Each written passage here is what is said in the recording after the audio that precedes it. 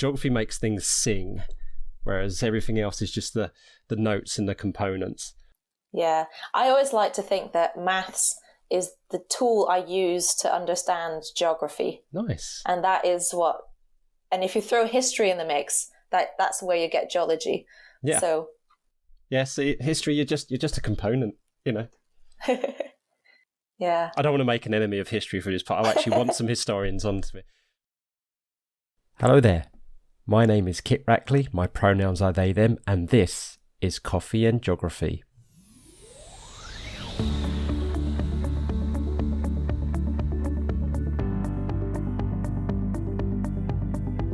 The aim of the show is to get to know, explore and celebrate the diverse and intersectional range of people on this rock we call home and their love and passions of it. We'll find out why guests identify as geographers, and if they don't exactly, we'll have fun exploring all the myriad of ways that connects their life to geography. So, pour your favourite brew, get cosy and listen in. Oh, and don't forget to subscribe and follow us on Twitter at CoffeeJogPot. Off we go.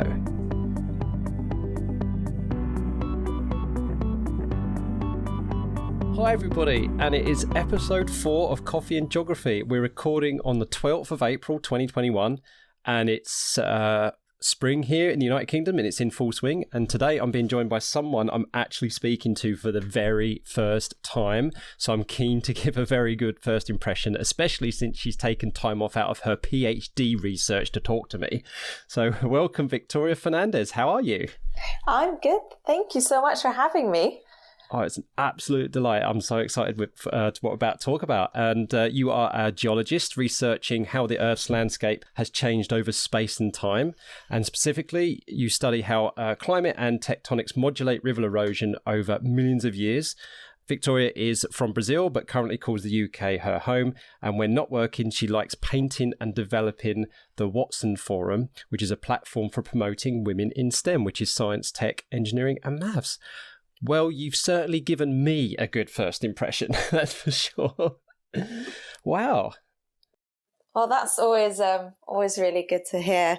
I just love talking about, geology, geography, and, all things around geo, and especially promoting, geography or geology. So we are doing a podcast called Coffee and Geography. Now, I'm actually a tea drinker despite all that. And it was a Twitter poll that came up the title. So to reflect the relaxed conversational tone of the chat, that's why it was called that. I have my tea. It's a decaf. It's decaf Tetley because we are recording this late at night. But what's your drink of choice, Victoria? So my drink of choice is coffee, black, and specifically, I'm very picky about coffee, but I think is for a reason that was beyond my own control. So my family comes from a coffee growing background. So back in Brazil, my family has been in coffee farming for, I think, about 6 generations. So I grew up seeing my dad, my granddad talk about coffees, selling coffee, planting coffee, coffee varieties, different taste profiles of coffee. And so I, for reasons of, sort of supporting the coffee business in my home country, I only ever drink Brazilian coffee. And my favorite drink of choice is one that is very, very special to me, which is the coffee that comes from the farm that, used to be in my family. They sold the farm now, but that comes from that specific region of Brazil. Oh, that's so awesome, because I'm trying to map all of the beverages for all of our guests, and with your permission, that would be so awesome to actually get that location on the map, because it would be so cool. Because we're 3 guests in, and I think there's 4 beverages between us at the moment, and 5 now if I count this decaf. On this map, I don't want it to be completely full of just multinationals or anything like that. So that would be so awesome to get something more family based in there. So we'll have to sort that out afterwards. Cool. We could go and chat about that now for the whole hour, but maybe we'll come back to it in a second episode. We'll see. Right. So so you're originally from Brazil. you're at Imperial College London, but you're currently in Cambridge or just outside of Cambridge. So, okay. So you mentioned about your area of Brazil that you're from, your family's from. So I'm going to ask this question. We always ask the question about the sense of place. And you've given us a sense of place by talking about, your family and the generations of coffee. So I'm going to ask you a question like this. How does the part of Brazil you identify with, how would you describe it to your typical Cambridgeshire resident? As much as my family has been in coffee, I grew up in Rio. So Rio to me is my home. And I think for anyone, it's very diverse in absolutely every single sense of the term. You have everything from mountains that are almost a kilometer high right by the coast, so you have the beach and you have a mountain and you have rainforest, as well as the really dense urban center. And it's one of the oldest cities in Brazil. So you have the history, but it's also an incredibly new city. There's been parts of the city that have only really been developed in the last 10 years, and they're a whole new part. So it's the old and the young and the history and the nature and the urban and the extremely rich and the extremely poor. Rio features, I think, in every single geography textbook. It certainly does. Pretty much. So I think diverse really is how I would describe it in a word. Yeah, you're not wrong at all. It's like I was not a single year where I didn't do anything about, I did not do anything about Rio de Janeiro. And let's see if I can pronounce it right. So the bit that I actually found most interesting in studying was not just the favelas, but was also was Baja.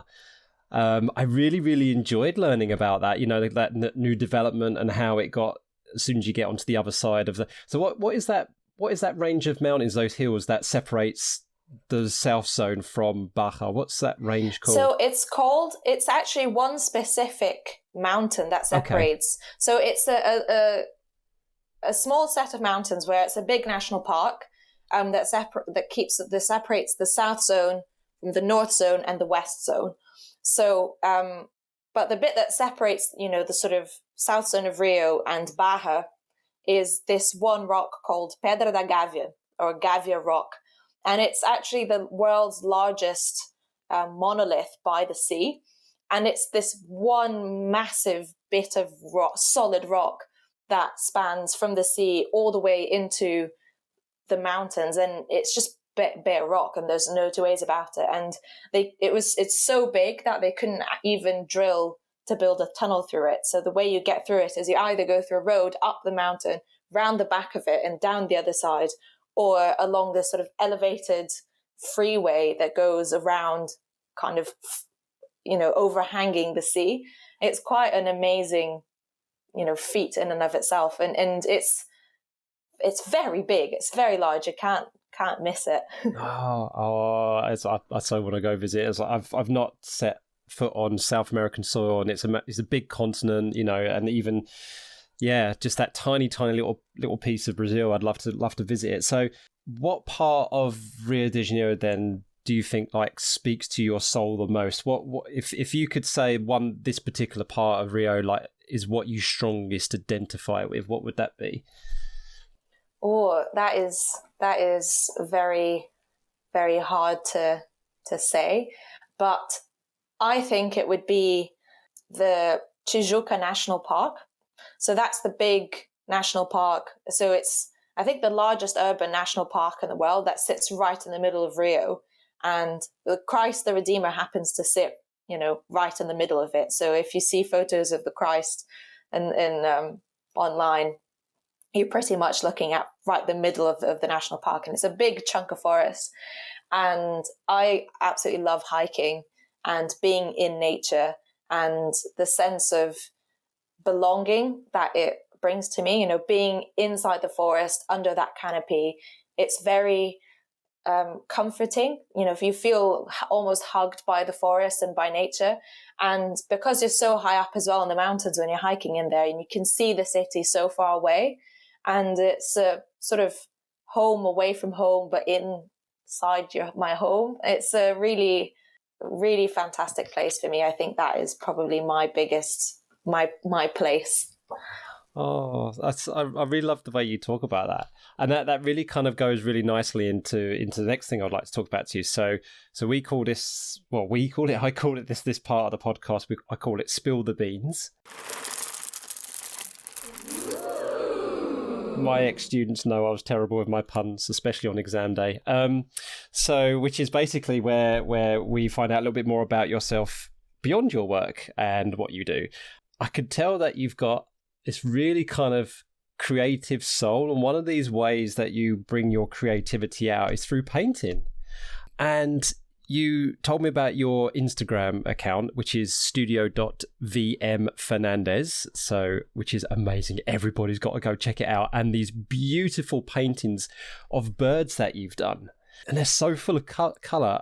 So yeah, tell us about like what got you into painting. Why is it birds, and those birds from Brazil in particular? So I've always been really into painting. My whole life I've always drawn and painted and being involved with art. And I'm also a very colourful person. I think I absolutely love colour. I think inspires me so much when I see something that's very colourful or a particular combination of colours. I think birds are just sort of this beautiful symbol. They're especially tropical birds. They're extremely colorful. They're very unique in their coloring and the way the colors are combined, and how those colors reflect the environment that they live in, and the kind of and sometimes how they contrast the environment they live in. Some of these beautiful birds, they're the most colorful ones, live in extremely barren places or live inside crevices of sort of gray rocks, and I always found them so beautiful. And I've been living away from Brazil for almost 9 years now. Wow. So I came over to the UK from undergrad and ended up staying on for my master's and PhD, and it was a way of connecting back with Brazil again. So researching the different species, researching the different environments that they live in, their different habits, and learning more about these species.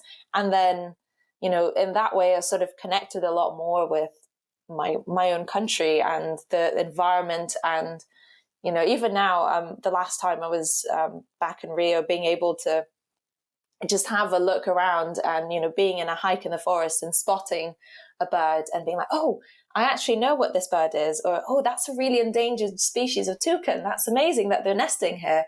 Or, that kind of connection, I think, is really, really special.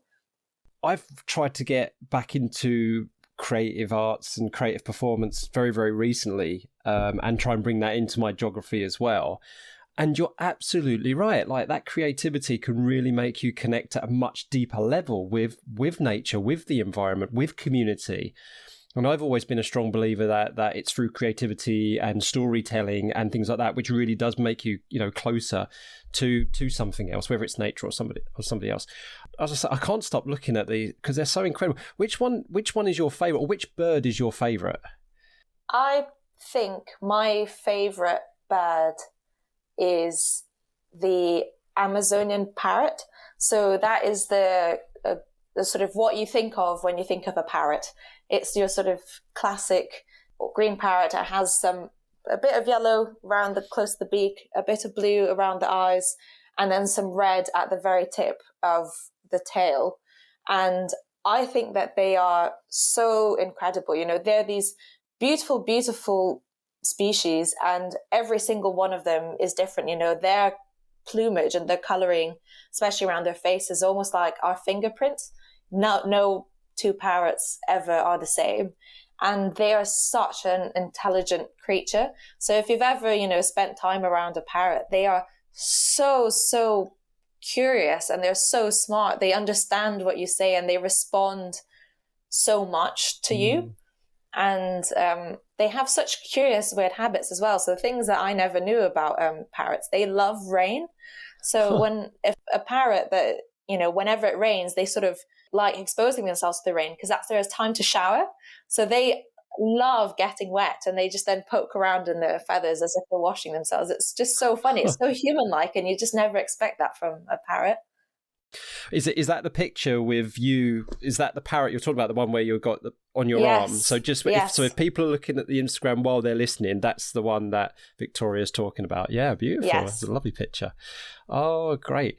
As I've mentioned, like this, the creativity is something I really, really love bringing into the geography sphere, and I just think you can explore the world so much through creativity. And the other thing I was looking at as well as your Instagram was just some articles about other ways you've expressed yourself. So there was an article written in 2019 by a colleague of yours at the Department of Earth Science and Engineering at Imperial College London called Victoria Murphy. And if you're listening, Victoria, hello, Victoria. If this Victoria's got you to listen. And the title of this article is Using Rivers to Understand the Evolution of the Earth's Surface. And there's a really lovely quote from you in it, which is quite creative in itself. And that is, rivers can be used as tape recorders for landscape change. And I really love that analogy. So what do you mean by that? I mean, I can guess as a geographer myself, but for those listening who say, I'm not a geographer, why would you call a river the tape recorders of landscape change? I think it's basically related to the relationship between the shapes of rivers and erosion, right? So erosion is something that happens over time. And if you have something like, for example, at a certain time in Earth's history, you might have had more rain, or you might have had something like a mountain building event that would have generated some higher topography that those rivers would have been draining over. They leave a mark on the shapes of the rivers. So when I say the shapes of the rivers, I don't just mean when you look at them in map view, the meandering patterns that you see, but the actual elevation profile of the river. So the height of the river as you go from the mouth to the source. So the long profile. The long profile, yes. So the shape of the long profile is a reflection of the processes that generate it. And if we can measure things like the erosion rate, or maybe make some inferences or a model about how the erosion is happening, we can actually use some mathematical models to extract the history of climate or tectonics from the longitudinal profiles of rivers. We was having, just before we started recording, I was talking to you about how I was just at a geography teachers conference, and actually just reminded me of a conversation we had during one of the breakout relaxation, like chill out kind of times. And they were saying about maths and poo-pooing maths and things like that. And of course, we were all reminding each other, like, well, come on, we use so much maths and mathematics in geography. It's unbelievable. And that is a perfect example that you just gave of geography, maths and history working like in tandem and with lots of synergy. When I did my environmental science degree, I couldn't believe the amount of mathematics that I had to use. It's just incredible. It's amazing, yeah. Like, I was just talking to my partner recently how one thing that I remember leaving school thinking, I'm never going to use this again. So things like matrix multiplications, matrix operations. I was like, why am I learning this? I'm never going to use this ever in my life. And then recently I found myself, well, actually, if you're using things like GIS, so geospatial information systems, and you want to build things like 3D maps of topography, or you want to do, calculate erosion, or, just even extract rivers from topography or anything, you actually need geospatial multiplications because, any point on the Earth's surface is a point. And you can create a matrix out of it because you've got a latitude, a longitude, and an elevation. So by itself, you just create a matrix. Like, geography is maths, and it's all inextricably linked. Like, you can't separate one from the other. I just find it amazing when people think that geography is, has nothing to do with maths, but actually, I know.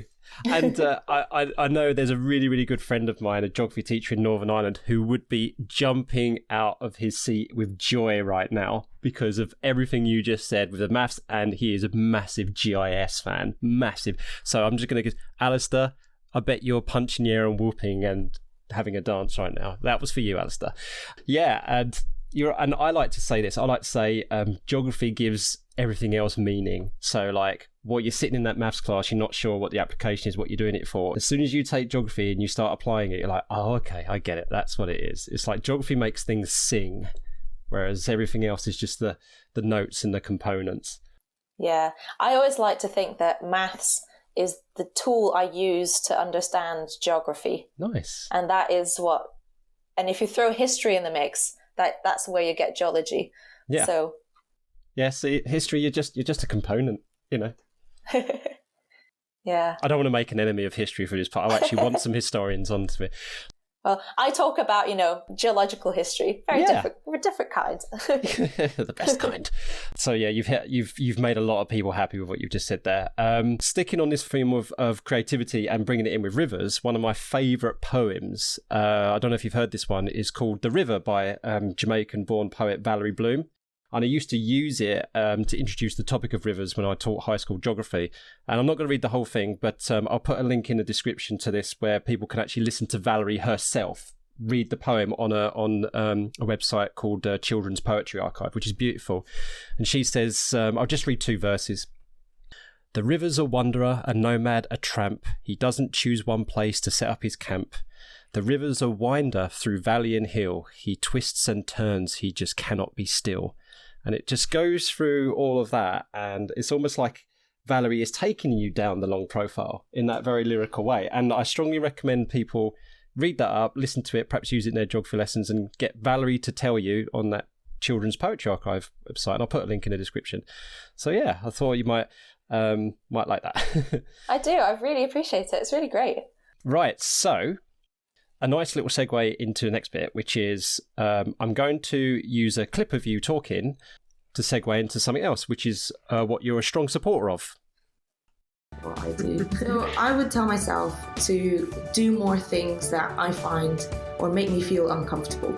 So challenge myself more often and be comfortable with being and become comfortable with being uncomfortable, because that way you're always ready for whatever is coming up ahead. And the challenges become more of a fun thing and a thing that helps you grow rather than something that scares you and paralyzes you. That was you a couple of years ago doing an interview for the Watson Forum project. So can you tell us a little bit about that and why is it important?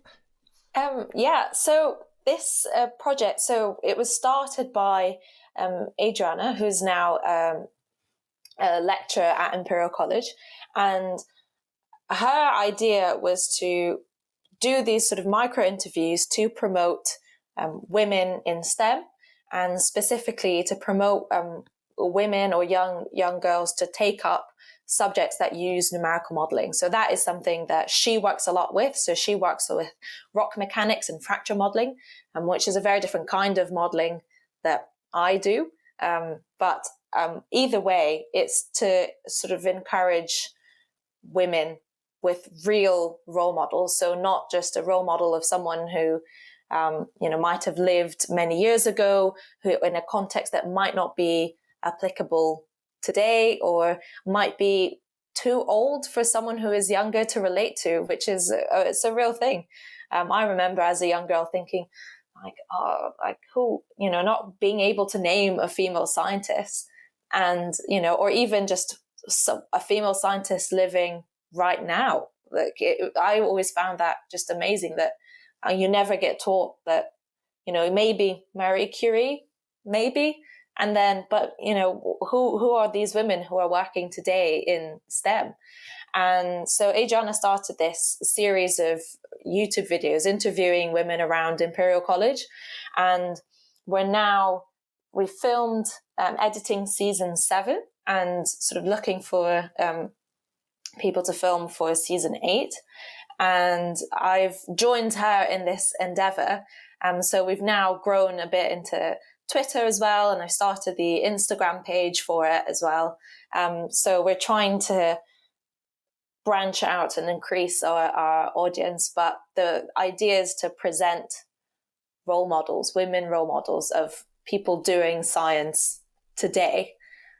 Please give a shout out to that Instagram account and that Twitter so people can get in contact. The Instagram account is Watson_forum, and the Twitter account is Watson Forum. Just no underscore. I'm definitely going to help you disseminate that stuff because that is amazing. I'll follow that myself as well. Yeah, I was just looking down the list. So you got season 1, you got 6 people there. You've a lot of colleagues from ICL. So Laura Petrescu, Rebecca Bell, and then you start branching out to other establishments as well, like Hannah Bentham at Leeds. And then you start going abroad, Penn State and Oklahoma State in the United States with Ghazal Azadi and yeah, this is amazing. And KIT, I have a few colleagues at KIT actually. So you've got Erin Ukar there because of my previous job. So they're really, really good at what they do at KIT. This is really, really exciting. And I'm going to take this into work, my day job, because my day job is higher education outreach. And one thing we're trying to do is raise aspirations for young people to enter higher education. And I am certainly going to come back and use these clips because they're nice and short. And they can be embedded into other presentations. So thank you so much, Victoria. This is exceptionally useful. Yeah, I think the point is trying to not just get women who work in a variety of different settings, but also a variety of different topics. So everyone is, there are people in industry, but also people who work with physics. So Jess Wade, Dr. Jess Wade is there as well. So everyone from geology to physics to industry to academia, to from young to old, from parts of the world, all sorts of different backgrounds. So trying to branch out as much as we possibly can, because, the more role models we can put out there, the better. Fully supportive behind that. That's brilliant. And I'm so glad you gave the Instagram and a Twitter shout out so people can connect with that and get in contact with you if they're interested. There's a few people I would love to, like one of my favorite lecturers at UEA. Well, now, because she was doctor at the time, but now Professor Jenny Barclay volcanologist at the University of East Anglia. And she is a diamond. She is a wonderful human being. And I really strongly think that she should get in contact with you. And I don't know, I'm not going to speak for her, but yeah. Hi, Jenny. Right, we're going to play a silly game now. And we're calling this Jog On. And this is where I give you a place, a name or event or a TV show or whatever. It's just a random thing. And I've used a random topic, a random word generator to come up with these things. Okay. So just to clarify for the listeners, you don't know any of the words in advance, right? No. Okay. If none of them are going to make you uncomfortable, don't worry. They're just silly random ones. So if you want to elaborate on any, you say jog on. If you don't fancy elaborating, just say take a hike. Okay. Okay. But there is a catch. You can only say take a hike twice. So if you use those up early, you're going to have to talk about the remaining ones. Okay. Right. Are you ready? This is just me trying to be hip. All right, you ready? Yeah. Okay, so again, you reply jog on if you want to chat about it, or take a hike if you don't. So these are completely random, and the first word is gymnastics. Oh, gymnastics. Jog on. Okay, talk to me about gymnastics. So gymnastics, I'm thinking it's a very broad word, right? I think gymnastics, it ranges from everything from what someone might do as a form of exercise, as by just going to a gym, or just trying to, I don't know, do a bit of stretching exercises or balance exercises, to the full-on Olympic gymnastics. And I don't think as a young girl, I did Olympic gymnastics, but I very soon outgrew, very, very quickly, I outgrew the average height of the class, and my mother was swiftly informed that I was too big to be doing gymnastics, that I wouldn't be able to do, which is very, very sad. Yeah. But I find gymnastics is an incredibly amazing thing, because a lot of the people I know who were sort of in the gymnastics club and did gymnastics, my best friend is a gymnast and he's absolutely amazing. And it's the muscle memory that you get from that once you sort of learn a move, that you really don't forget it. Like once you learn how to do a backflip, you just know how to do a backflip, and it's really, really easy to do. So the second word, and again, you can either pass or you can take it on, is boats. Take a hike. Okay. This one is so random. You're going to like this one. Okay, third one, camels. Camels? Yeah. Jog On. Okay, let's talk about camels for a bit. Yeah. So one thing that I can never remember is whether camels have one hump or two, or whether those are dromedarians. So that is my first take on camels. Never know. And the second one is, what was it? The nature documentary that has recently come out? I don't know, about the camels in Mongolia. I think it's an Attenborough one. Oh, where is it? I think only about Perfect Planet. Yes, Perfect Planet. Where there was only about 500 of those camels left in Mongolia, and the amazing story behind them trekking through the desert for days and days and days, just looking for the camels. And I just remember thinking about that whole scene and the behind the scenes of the camel, and how it's so great that people nowadays are trying to show the behind the stories, and not just the result, but what it takes to get that result. Because I think that is so important. Or you always see sort of successful people, and you always think, oh my gosh, that is amazing. They have it all. Like, how can they do it? But actually what you don't see is the 90% of work and grind and effort and perseverance and determination and the lows that you go through to actually achieve that, tip of the iceberg. And the camels filming, to me, was sort of summing up a lot of that. You always see in the documentary is that amazing shot of the camels walking through the desert, as they're going through the desert, walking, looking for snow to drink.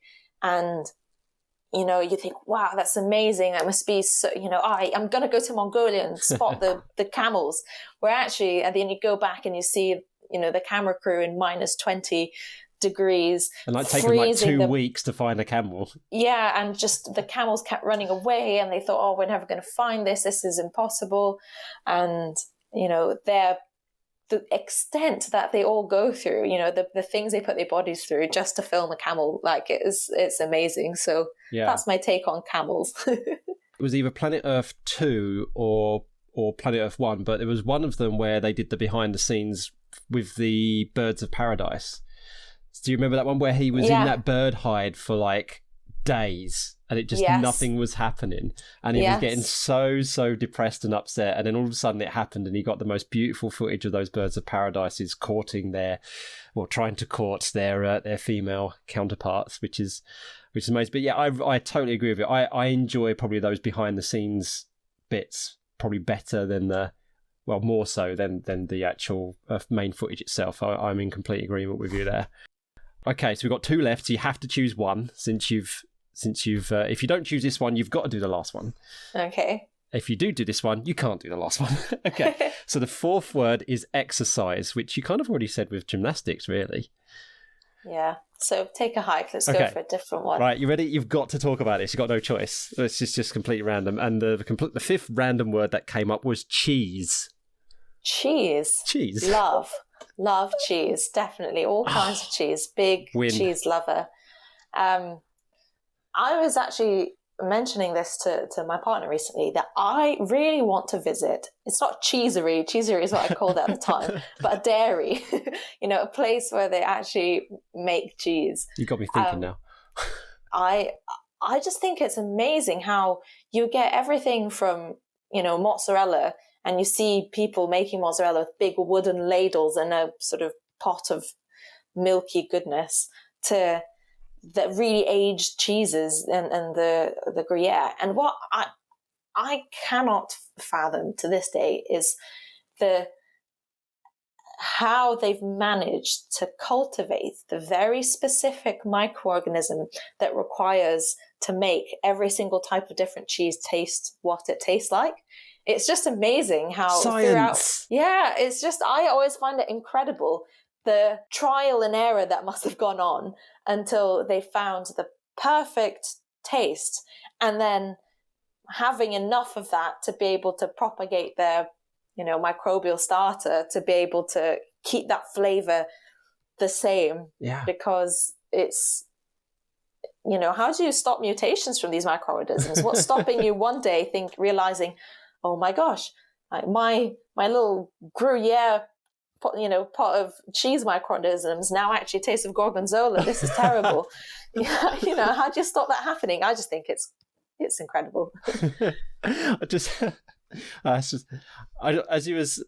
was trying to look up the word Cheesery to see if it was actually proper Cheesery, but you had me in stitches there. But I managed to do it. So actually, you were right. A place where cheese is made, a cheese factory, is Cheesery. It's more of a slang term, but it is acceptable. But do you know what the other word for Cheesery is? Is performing an action or relating to cheese. Often these actions can be deceitful or could be categorized as shenanigans.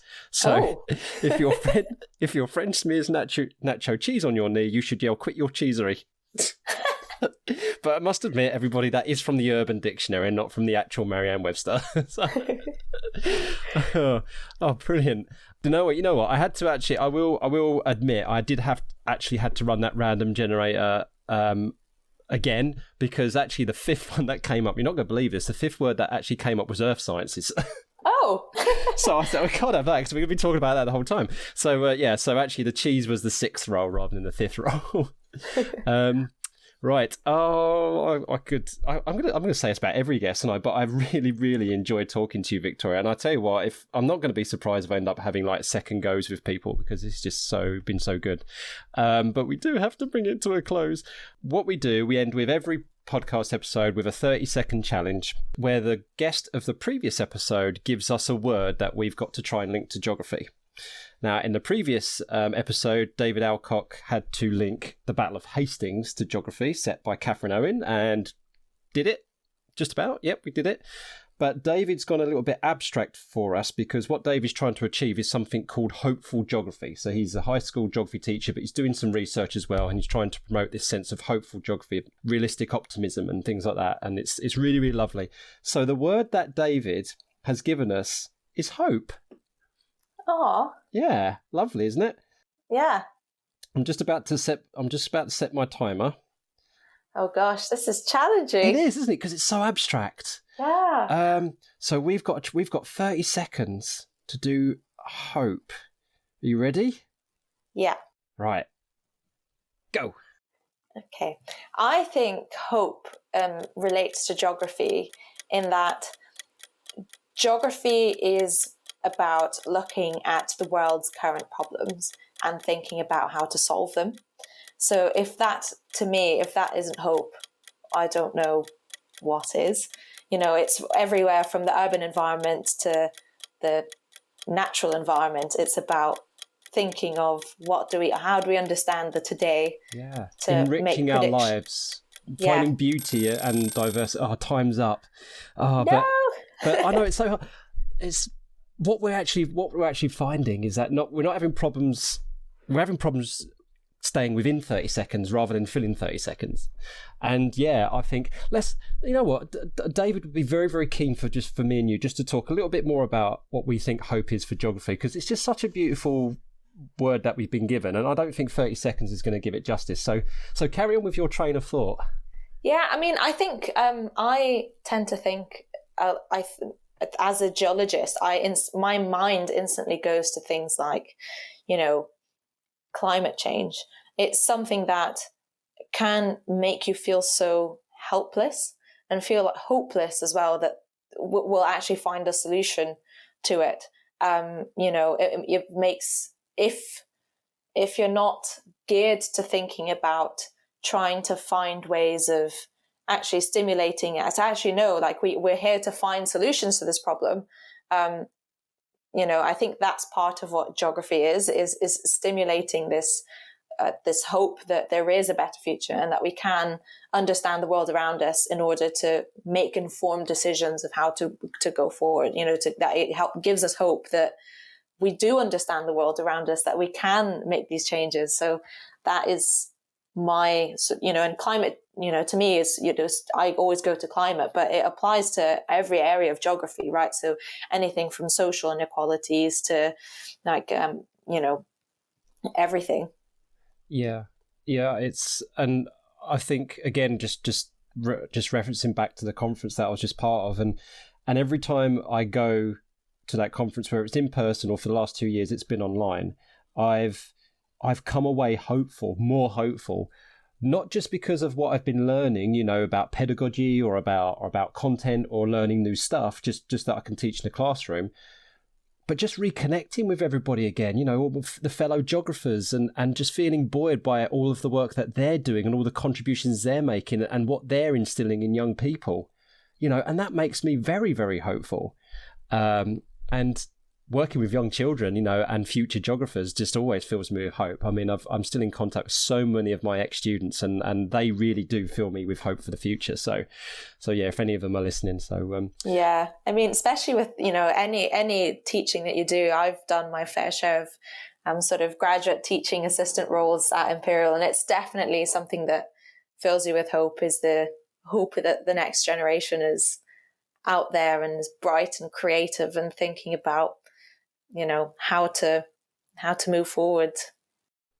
Okay, so Victoria, we did that. For our next guest, can you think of a word that you're going to challenge me and the next guest to connect to geography? Challenge. I think that's the word I want. The word I want is challenge. Yes. Challenge. We're going to go with challenge. Yes. So it's going to be a challenge to use the word challenge next week. Okay, we'll go with that.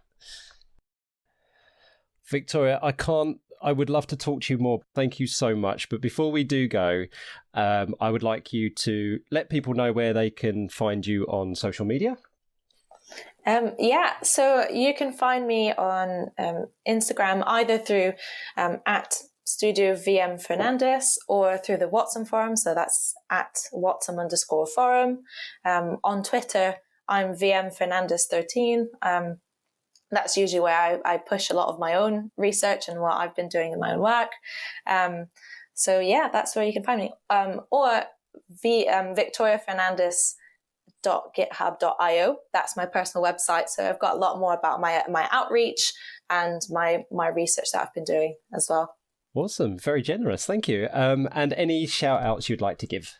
I think probably shout out to Imperial College. They've been my home, at ESC, Earth Science and Engineering at Imperial College. They've been my home for the past 4 years, and I'm with them as a postdoc now for another 2. Especially to them, to my partner Alistair, who is also in the geo world. He's a geophysicist. Nice. And he also does some amazing work looking at the interior of the Earth, and he's been dealing with me throughout this whole pandemic, so it's been really great. So shout out to him. Oh, bless. Perhaps we'll get him on one day. That'd be amazing. Well, thank you so much, Victoria. I've really enjoyed this chat. Yeah, me too. Thank you so much for having me, Kit. It's amazing.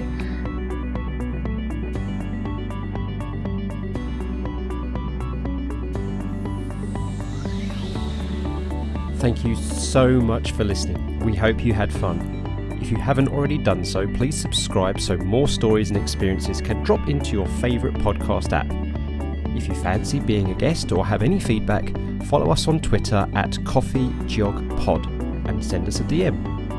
Or you could email coffeeandjog@geogramblings.com. Until next time, keep geogging.